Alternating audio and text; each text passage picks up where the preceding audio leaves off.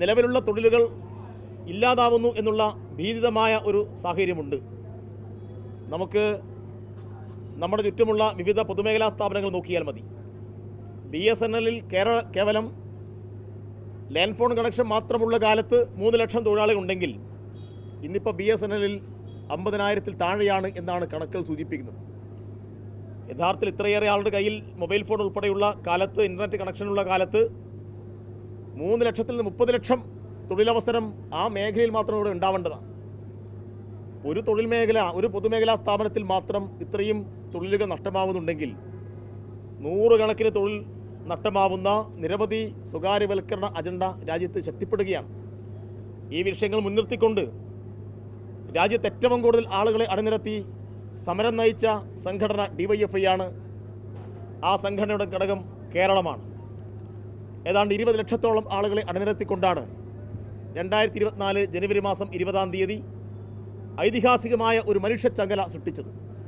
കേരളത്തിൻ്റെ സമരചരിത്രത്തിൽ ശ്രദ്ധേയമായ പങ്കാളിത്തമുണ്ടാക്കിയ ഒരു വലിയ പരിപാടിയായി ആ പരിപാടി മാറ്റാൻ വേണ്ടി കഴിഞ്ഞു. ഇതെല്ലാം കേരളത്തിലെ, ഇന്ത്യയിലെ യുവജനങ്ങൾ നേരിട്ടുകൊണ്ടിരിക്കുന്ന വിവിധ പ്രശ്നങ്ങളെ അഡ്രസ്സ് ചെയ്ത് നടത്തിയിട്ടുള്ള സമരങ്ങളാണ്.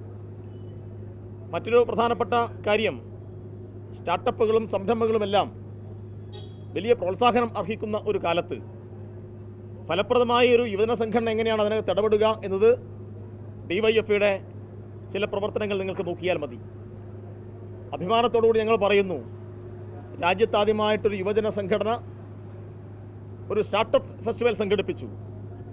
തിരുവനന്തപുരത്ത് വെച്ച് നടത്തിയ സ്റ്റാർട്ടപ്പ് ഫെസ്റ്റിവലിൻ്റെ പേര് തന്നെ മൊവാസോ എന്നായിരുന്നു.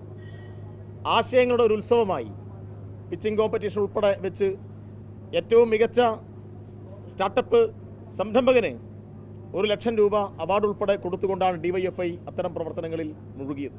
അതിൻ്റെയും തുടർച്ച ഉണ്ടാക്കും. അത്തരം കാര്യങ്ങളിൽ നൂതനമായിട്ടുള്ള സംഘടനാ പ്രവർത്തനത്തിൻ്റെ, സമരത്തിൻ്റെ പുതിയ മാതൃകകൾ ഇനിയും ഞങ്ങൾ തീർക്കും. ഞങ്ങൾ ഒരുപാട് സന്നദ്ധ സേവന പ്രവർത്തനങ്ങൾ നടത്തുന്നുണ്ട്. സന്നദ്ധ സേവന പ്രവർത്തനം എന്ന് പറഞ്ഞാൽ വെറും സന്നദ്ധ സേവന പ്രവർത്തനം മാത്രമല്ല, അതെല്ലാം രാഷ്ട്രീയ പ്രവർത്തനം കൂടിയാണ്. ഞാൻ നേരത്തെ പറഞ്ഞു, കേരളത്തിൽ ഭിന്നിപ്പുണ്ടാക്കുന്ന ഒരുപാട് ആശയങ്ങൾ പ്രചരിപ്പിക്കുന്നു. ഇത് ശ്രീനാരായണ ഗുരുവിൻ്റെ നാടാണ്. അപ്പോൾ സോദരത്വേന എന്നൊരാശയം ശ്രീനാരായണ ഗുരു മുന്നോട്ട് വെച്ചു. ആ ആശയത്തിൻ്റെ പ്രയോഗവൽക്കരണമാണ് പൊതിച്ചോറിൽ കൂടി DYFI നടപ്പാക്കിയിട്ടുള്ളത്. നമുക്ക് വേണമെങ്കിൽ മുദ്രാവാക്യം പത്രക്കാരെ കണ്ട് വിശദീകരിക്കാം, മറ്റ് പലതും നടത്താം.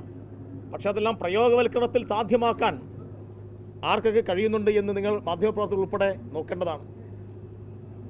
ഒരു ദിവസം 50,000 പൊതിച്ചോറ് ശേഖരിച്ചുകൊണ്ട് കഴിഞ്ഞ 10 വർഷം തുടർച്ചയായി ഞങ്ങൾ നടത്തുന്ന സേവന പ്രവർത്തനം, സന്നദ്ധ പ്രവർത്തനം, അത് രാഷ്ട്രീയ പ്രവർത്തനത്തിൻ്റെ കൂടി ഭാഗമാണ്. അറിയപ്പെടാത്ത ആളുകളെ, അവർക്ക് ഒരു കരുതൽ കേരളത്തിലെ അടുക്കുകളിൽ നിന്നുണ്ടാവുന്നു എന്ന് പറഞ്ഞാൽ അത് ഇന്ത്യയിൽ ഇന്ന് ഭരണം നടത്തിക്കൊണ്ടിരിക്കുന്ന RSS-നുള്ള മറുപടി കൂടിയാണ്. കാരണം അവർ ഭിന്നിപ്പുണ്ടാക്കുന്നു. നമ്മുടെ രാജ്യത്ത് ഇസ്ലാമിക തീവ്രവാദ പ്രസ്ഥാനങ്ങൾ ഭിന്നിപ്പുണ്ടാക്കുന്നു. കാസ ഉൾപ്പെടെയുള്ള പുതിയ ചില സംഘങ്ങൾ ഭിന്നിപ്പുണ്ടാക്കുന്നു. അവർക്കെല്ലാമുള്ള മറുപടിയാണ് സ്നേഹത്തിൻ്റെ ഈ പൊതിച്ചോറുകൾ എന്ന തിരിച്ചറിവാണ് DYFI-യെ ഈ പ്രവർത്തനങ്ങൾ മുന്നോട്ട് കൊണ്ടുപോകാൻ പ്രേരിപ്പിക്കുന്നത്.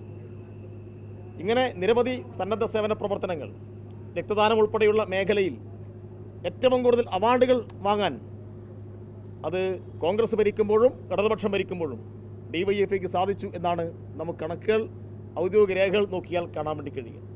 ഇങ്ങനെ സന്നദ്ധ സേവന പ്രവർത്തനത്തിൻ്റെയും സമരത്തിൻ്റെയും എല്ലാം ഒരു പുതിയ മാതൃക സൃഷ്ടിക്കാൻ വേണ്ടി ഞങ്ങൾക്ക് കഴിഞ്ഞിട്ടുണ്ട്. DYFI ആണ് യുഗസംവാദം എന്ന പേരിൽ 100 വർഷങ്ങൾക്ക് മുന്നേ ഗാന്ധിയും ശ്രീനാരായണ ഗുരുവും തമ്മിൽ നടത്തിയിട്ടൊരു കൂടിക്കാഴ്ച അത് വീണ്ടും കേരളത്തെ ഓർമ്മപ്പെടുത്തിയത്. യഥാർത്ഥത്തിൽ ഗാന്ധിയുടെ ഉള്ളിൽ പോലും രൂഢമൂലമായിരുന്ന ജാതിയെക്കുറിച്ചുള്ള ബോധം തിരുത്തിക്കാൻ ആ കൂടിക്കാഴ്ച സഹായകരമായിരുന്നു എന്നാണ് ചരിത്രം നോക്കിയാൽ നമുക്ക് കാണാൻ വേണ്ടി കഴിയുക. അപ്പോൾ ഇന്നത്തെ കാലത്ത് അത്തരം ഓർമ്മകൾ കേരളത്തിൽ പങ്കുവെച്ചുകൊണ്ട് വർഗീയതയ്ക്കെതിരായിട്ടുള്ളൊരു പുതിയ സമരമുഖമായിട്ടാണ് ആ യുഗസംവാദം എന്ന പ്രഭാഷണ പരമ്പര കേരളത്തിലുടനീളം DYFI സംഘടിപ്പിച്ചത്. ഇങ്ങനെ ചരിത്രത്തെയും വർത്തമാനത്തെയും എല്ലാം സംയോജിപ്പിച്ചുകൊണ്ട് പുതിയ നിരവധി മേഖലകളിൽ DYFI-ക്ക് ഇടപെടാൻ വേണ്ടി കഴിഞ്ഞിട്ടുണ്ട്. പുതിയ കാലത്തെ പ്രതിസന്ധികളെ അതിജീവിക്കാൻ ഈ സംസ്ഥാന സമ്മേളനം ഇനിയും നൂതനമായിട്ടുള്ള പരിപാടികൾ ആവിഷ്കരിക്കും. പറ്റിയിട്ടുള്ള പിശകുകൾ തിരുത്തും. സ്വയം വിമർശനമുണ്ടാവും. പുതിയ കമ്മിറ്റിയെ തിരഞ്ഞെടുത്തുകൊണ്ട് ഭാവി പ്രവർത്തനങ്ങൾ അവതരിപ്പിച്ച് ഈ വരുന്ന അടുത്ത സമ്മേളനം വരെയുള്ള DYFIയുടെ പ്രവർത്തനങ്ങൾ നല്ല നിലയിൽ മുന്നോട്ട് കൊണ്ടുപോകും എന്നാണ് ഈ സമ്മേളനത്തിൻ്റെ ഭാഗമായിട്ട് ഇവിടെ സൂചിപ്പിക്കാനുള്ളത്.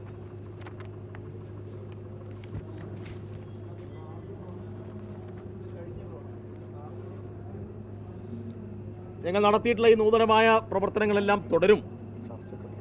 പിന്നെ ഭാവി പ്രവർത്തനങ്ങൾ എന്ന് പറയുമ്പോൾ ഈ തിരഞ്ഞെടുക്കപ്പെട്ട 620 പ്രതിനിധികൾ ഇവിടെ എത്തിയിട്ടുണ്ട്.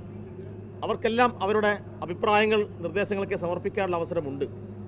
അതെല്ലാം പരിഗണിച്ചുകൊണ്ടാണ് തിരഞ്ഞെടുക്കപ്പെട്ട പുതിയ സെക്രട്ടറി ഭാവി പ്രവർത്തനങ്ങളുടെ ഒരു രേഖ ഇവിടെ അവതരിപ്പിക്കുക.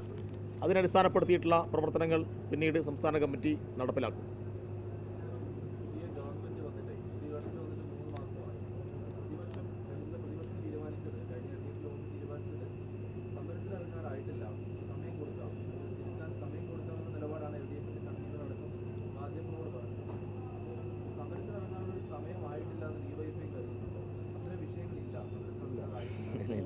DYFI ഓരോ വിഷയത്തെ അടിസ്ഥാനപ്പെടുത്തിയും അഭിപ്രായം പറയുകയും സമരം ചെയ്യുകയും ചെയ്തിട്ടുണ്ട്.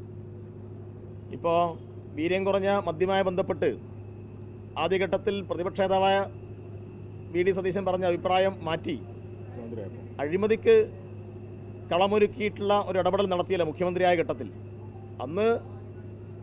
അന്നത്തെ പ്രതിപക്ഷ നേതാവിൻ്റെ ആ വാദങ്ങൾ ചൂണ്ടിക്കാണിച്ച് കേരളത്തിൽ ഏറ്റവും കൂടുതൽ സമരങ്ങളും പ്രതിഷേധങ്ങളും സംഘടിപ്പിക്കാൻ DYFI മുന്നോട്ട് വന്നിട്ടുണ്ട്. ഇപ്പം മുഖ്യമന്ത്രിയുടെ ഒരു social media operator, social media coordinator MDMA കേസുമായി ബന്ധപ്പെട്ട സന്ദർഭത്തിലും DYFI ശക്തമായ സമരം ആരംഭിച്ചിട്ടുണ്ട്. വിവിധ വിഷയങ്ങളുണ്ടായ ഘട്ടത്തിലെല്ലാം DYFI സമരം ആരംഭിച്ചിട്ടുണ്ട്. ആ സമരങ്ങളെല്ലാം ഗവൺമെൻറ് നിലപാടുകൾ നോക്കി തിരുത്താൻ തയ്യാറാവുന്നില്ലെങ്കിൽ അതിശക്തമായ നിലയിൽ മുന്നോട്ട് പോകാൻ വേണ്ടി തന്നെയാണ് തീരുമാനം. തീർച്ചയായിട്ടും മയക്കുമരുന്നുമായി ബന്ധപ്പെട്ട് DYFI ഞങ്ങൾ ഈ സമ്മേളനത്തിൽ വളരെ ഗൗരവമായി ചർച്ച ചെയ്യുകയാണ്. അതിൽ ഏറ്റവും പ്രധാനപ്പെട്ട കാര്യം അതുമായി ബന്ധപ്പെട്ട ക്യാമ്പയിനുകളാണ്. ഇപ്പോൾ ലഹരിയാവാം കളിയിടങ്ങളോട് എന്നൊരു ക്യാമ്പയിൻ കേരളത്തിൽ ആയിരക്കണക്കിന് ടൂർണമെൻറ്റുകളും ലക്ഷക്കണക്കിന് യുവതീ യുവാക്കളെയും പങ്കെടുപ്പിച്ചുകൊണ്ട് നടത്തിയ പ്രസ്ഥാനം DYFI ആണ്. നിങ്ങൾക്കെല്ലാം നിങ്ങളുടെ വിവിധ റിപ്പോർട്ടർമാരോട് ചോദിച്ചാൽ മനസ്സിലാക്കാൻ വേണ്ടി കഴിയും ആരാണ് അത്തരം കാര്യങ്ങൾക്ക് നേതൃത്വം കൊടുക്കുന്നത് എന്ന്. ഞാൻ എൻ്റെ ആദ്യ ഭാഗത്ത് നിങ്ങളോട് സൂചിപ്പിച്ചു, പത്രക്കാരെ മുമ്പിൽ വന്നിട്ട് ബൈറ്റ് കൊടുക്കാനും പ്രസ്താവന നടത്താനൊക്കെ കുറേ ആളുകൾ ഇവിടെ ഉണ്ട്. എന്നാൽ ലഹരി മാഫിയ സംഘങ്ങൾക്കെതിരായി, ലഹരി ഉപയോഗത്തിനെതിരായി ഇതുമായി ബന്ധപ്പെട്ട ക്യാമ്പയിനുകൾ ലക്ഷക്കണക്കിന് ആളുകളെ അണിനിരത്തി നടത്തിയതിൻ്റെ രേഖകൾ നമുക്ക് കൊടുക്കാൻ വേണ്ടി കഴിയും. അത് DYFIക്ക് മാത്രം അവകാശപ്പെടുന്ന ഒന്നാണ്. ഞങ്ങളങ്ങനെ പറഞ്ഞു പോകുന്നവരല്ല, പ്രവൃത്തിപഥത്തിൽ ആ കാര്യങ്ങൾ നടപ്പിലാക്കുന്നവരാണ്. DYFI അത്തരം കാര്യങ്ങളിൽ വളരെ സക്രിയമായി ഇടപെടും. അത് ഏത് സർക്കാർ നടത്തിയാലും സർക്കാരിൻ്റെ പ്രവർത്തനങ്ങളുമായി യോജിച്ച് പറ്റാവുന്ന എല്ലാ തരത്തിലും ഞങ്ങൾ കടന്നു വരും.